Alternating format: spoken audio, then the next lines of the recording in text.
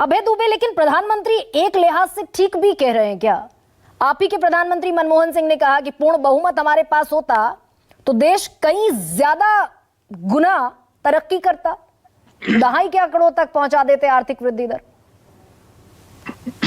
Bharatiya Janata party और प्रधानमंत्री नरेंद्र मोदी जी के लिए पूर्ण बहुमत की सरकार मनमानियों की गारंटी है।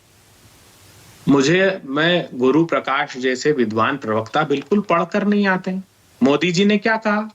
मोदी जी ने कहा, मोदी जी की सीबीआई ने अभी सुप्रीम कोर्ट में कि नीरा राडिया को सीबीआई ने दी क्लीन चिट। उन्होंने कहा कि उनके टेप में कोई भी आपत्तिजनक बात नहीं है, न देश के खिलाफ बात है। सारे इसे मुकदमों में जो झूठ परोसते थे उनमें क्लीन चिट मिली है। अभी तो जुलाई में बड़ा महिमा मंडन किया प्रधानमंत्री जी ने, 2 घंटे तक भाषण देकर गठबंधन की सरकारों का। अटल बिहारी वाजपेयी जी की विरासत गिनाई एनडीए की। मई 1998 से 25 साल मई में होते थे, लेकिन प्रधानमंत्री जब घबराए, जब इंडिया के गठबंधन दल साथ आए तो उनको लगा ऐसा ना हो कि ये चुनाव में बहुत बड़ा नुकसान उनको हो जाए गठबंधन की राजनीति से, तो उन्होंने ऐसे दल इकट्ठा कर लिए जो 9 दल लोकसभा का चुनाव नहीं लड़े और 25 दल हैं जिनका एक भी सांसद नहीं है।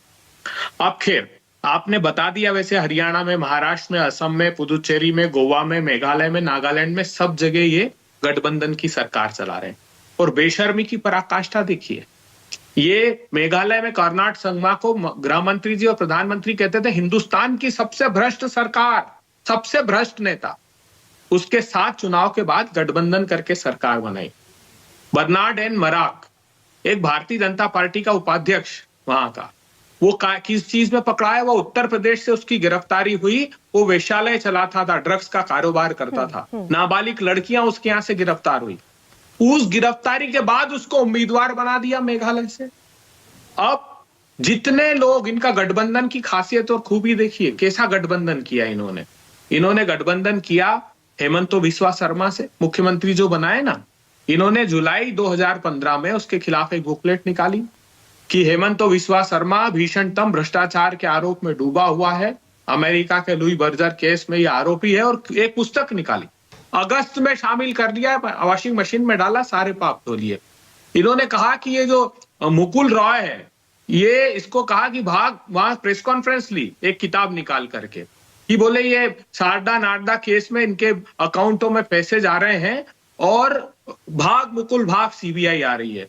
वहां भारतीय जनता पार्टी ने जो अपना नेता प्रतिपक्ष बनाया है शुभेंदु अधिकारी, उसको भी कहा कि इसके खाते में भी पैसे जाते हैं और भीषणतम भ्रष्टाचार किया, उसको लीडर ऑफ अपोजिशन बना दिया। ये ईडी सीबीआई की, अभय दुबे, जब हम ईडी और सीबीआई का टॉपिक रखते हैं, चर्चा करते हैं, तो इस पर बहुत चर्चा होती है। और ये मैंने शुरुआत में बताया कि सारी जगहों पर गठबंधन की सरकारें चलाई है बीजेपी ने। लेकिन मैं ये सवाल पूछ रही हूं आपसे कि क्या गठबंधन की जो पूर्ण बहुमत की सरकारें ज्यादा डिसाइसिव होती हैं? राजीव गांधी की सरकार रही, इंदिरा गांधी की सरकार रही, मनमोहन सिंह ने कहा कि भाई अगर हम भी पूर्ण बहुमत में होते तो देश ज्यादा तरक्की करता।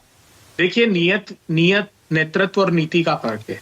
भारतीय जनता पार्टी के पास प्रचंड बहुमत था, क्या किया इन्होंने?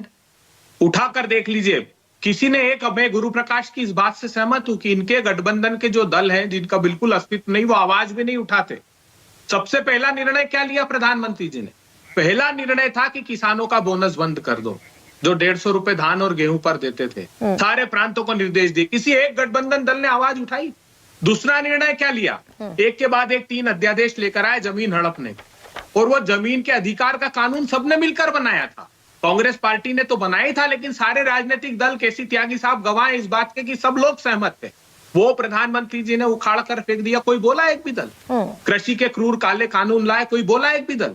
नोटबंदी और गलत तरीके से जीएसटी लेकर आए, जिसमें आरबीआई की मिंट स्ट्रीट मेमो की रिपोर्ट ने कहा कि इस निर्णयों से एमएसएमई तबाह हो गया। आपको याद है किसी एक दल ने बोला? आपको याद है किसी एक दल ने बोला हो कि हमारे मेहुल भाई, हमारे नीरव भाई, हमारे विजय माल्या, ऋषि अग्रवाल, एक ने आवाज उठाई? 5,35,000 करोड़ के बैंक फ्रॉस्टर से 12 लाख करोड़ रुपए की नेटवर्थ इस प्रचंड बहुमत की सत्ता ने कमवा दी अपने धन्ना सेठ दोस्त को, एक ने आवाज उठाई? 2016 से डीआरआई का केस उसके खिलाफ, आदमी के खिलाफ चल रहा है। ओवर इनवाइसिंग का इंडोनेशिया से कोल मंगाया और यहां पर बिजली के दाम बढ़ाए।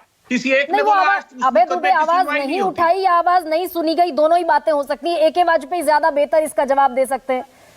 तो ए के वाजपेयी